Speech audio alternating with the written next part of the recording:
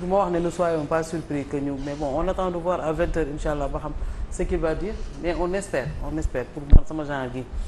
J'espère sincèrement que dina tenir dina respecter sa parole. bon Albert yow da nga jàpp ne dina respecter parole am wala. bu bañ a nekk politique daal.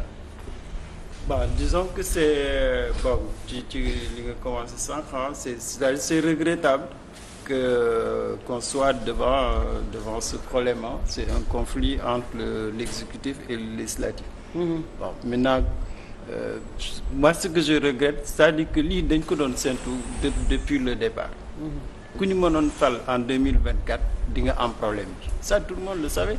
Que après les 2 ans. Quel que soit le président muy Amadou Ba muy les candidats de l'opposition dañu naroon dissoudre assemblée mais yàlla def on a eu de l'inédit assemblée 82 83 on n'a jamais eu ça on avait une assemblée équilibrée mais assemblée boobu su ñu amee président bu bees vous êtes dans une assemblée équilibrée c'est pas la cohabitation mais l'esprit de la cohabitation est là. Loolu Sénégalais ils l'ont choisi librement. Bon mais normalement en toute logique le président de la République et le président de l'Assemblée nationale bon Djibril l'a dit c'est sur le plan politique am nañu quand même des profils et des caractères qui se rapprochent. Donc normalement les 2 hommes devraient gérer et l'exécutif et le législatif pour une période de transition parce qu'ils sont contraints d'accepter la transition. Mais malheureusement il y a eu ce conflit entre l'Assemblée ou même la majorité parlementaire et le Premier ministre. Tout est parti de là, l'interprétation de la déclaration de politique générale. Affaire bi di dem les relations sont pourries. Donc le président il va faire sa déclaration mais dans un contexte particulier c'est-à-dire que tey jii je vois mal comment ils peuvent trouver un consensus parce que le consensus il fallait le travailler au départ accepter une transition maintenant j'ai lu son texte hier et le texte sur les conséquences de la dissolution. C'est qu'actuellement le président a une possibilité pour ne pas dissoudre.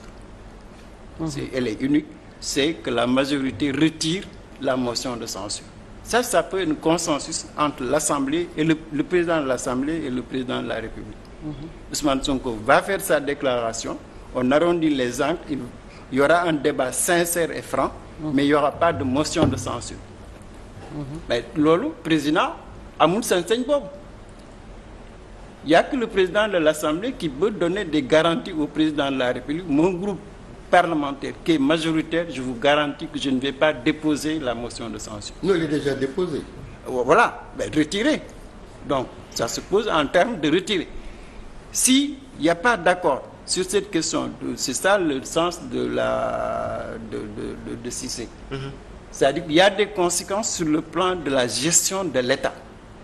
Si on dissout. Par rapport au budget, par rapport aux dépenses, par rapport aux équilibres exécutifs, législatifs, tu vas vers un vide juridique. Même économiquement. Tu vas vers un vide juridique et une instabilité financière.